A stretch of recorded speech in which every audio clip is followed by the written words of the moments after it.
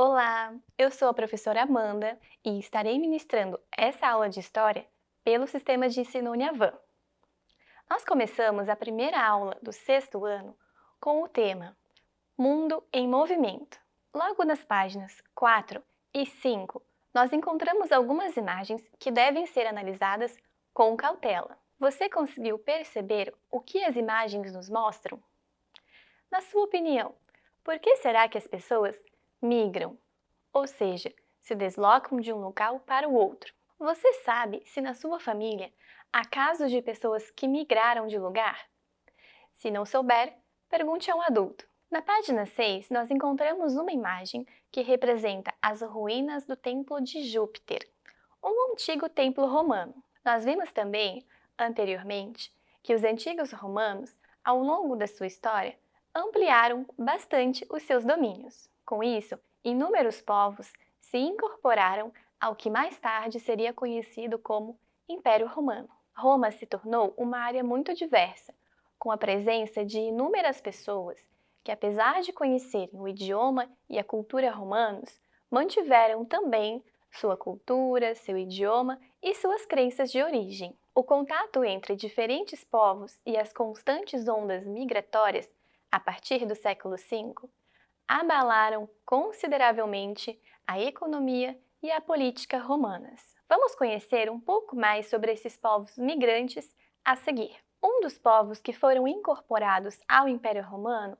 foram os gregos. Eles foram absorvidos pela cultura romana a partir do século II, e a sua influência na cultura romana foi de grande valia. Outro povo que estava sob o domínio romano desde o ano de 63 a.C. eram os próprios cristãos. Eles só puderam ter liberdade de culto e de crenças a partir do ano 313.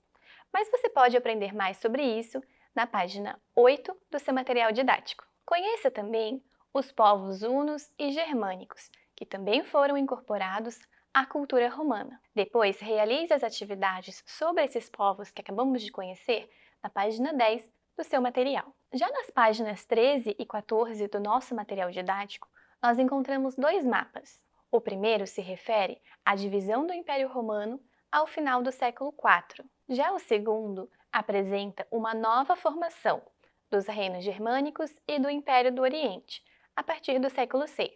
Depois de analisar com atenção, você pode responder as questões.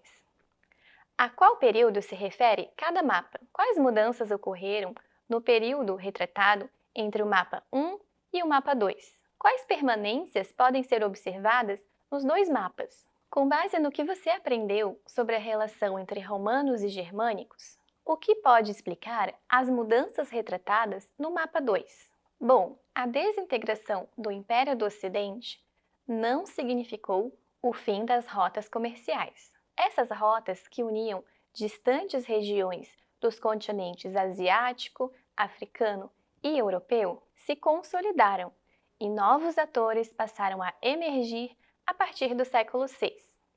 São eles os vikings, os magiares e os islâmicos. A partir das páginas 15, 16 e 17, você aprende um pouco mais sobre esses três povos. Depois, você pode responder as perguntas a partir da página 18 sobre essa troca cultural tão rica e importante para a formação do continente europeu. E o que você acha de aprender um pouco mais sobre a vida de um romano que vivia no século VIII? Essa é a proposta do jogo chamado O Último Banquete em Herculano. Esse jogo se encontra disponível para download no computador ou no celular, e é uma excelente oportunidade para aprender um pouco mais sobre a vida dos antigos romanos. Você sabe o que é xenofobia? Bom, neste último capítulo nós aprendemos que o mundo antigo era formado por uma cultura heterogênea, que absorvia as culturas de diferentes povos. Entretanto, a relação entre essas culturas nem sempre era pacífica. Nós podemos encontrar situações semelhantes nas sociedades atuais. Por exemplo, no Brasil, a xenofobia ocorre entre pessoas de culturas distintas. E esse ato de discriminar pessoas de diferentes culturas ou nacionalidades é considerado crime. Veja na página 21 um cartaz informando o que é xenofobia. Agora faça uma pesquisa sobre alguns casos de xenofobia que ocorreram no Brasil. Selecione aquele que mais lhe chamou a atenção e o descreva no seu material didático. Depois, reflita um pouco sobre o assunto e pense em maneiras de combater este tipo de crime. Agora, na página 23, nós chegamos ao nosso banco de dados.